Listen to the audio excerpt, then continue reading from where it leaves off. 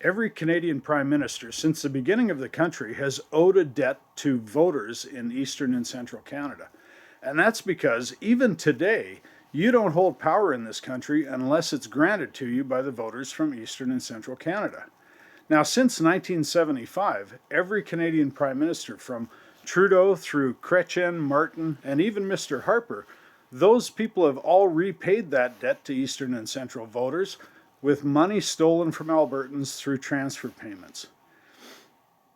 Now, with the recent buffoonery surrounding Prime Minister Trudeau the Jr., Albertans have been reminiscing about what a great Prime Minister Harper was. But I'll remind Albertans, Prime Minister Harper actually set a couple of financial records as Prime Minister.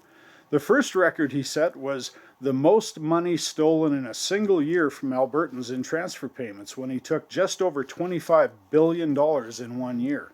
The second record he broke was when he took the most money of any prime minister through one prime minister's career at $190 billion in just over 7 years. So remember when they were talking at the end of the last election how they were leaving the Liberals a $5 billion surplus? Well, that year they had taken $25 billion from Albertans in transfer payments. So in reality, without that $25 billion from Albertans, there was no $5 billion surplus. It was actually a $20 billion deficit. And the year before that, another $20 billion deficit, and another $20 billion deficit the year before that.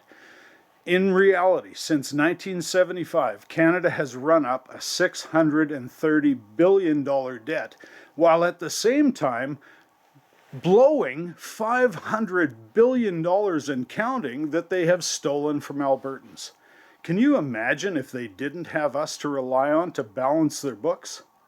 Well, folks, the reality is, with Christmas just around the corner, bankruptcies at record high, foreclosures at record highs here in Alberta, food bank use going through the roof, Albertans can no longer afford, if we ever could, to pay the debts of Canadian prime ministers to central Canadian voters. It's time we put a halt to this, and the only way we're going to put an end to it is with a successful referendum on independence from Canada.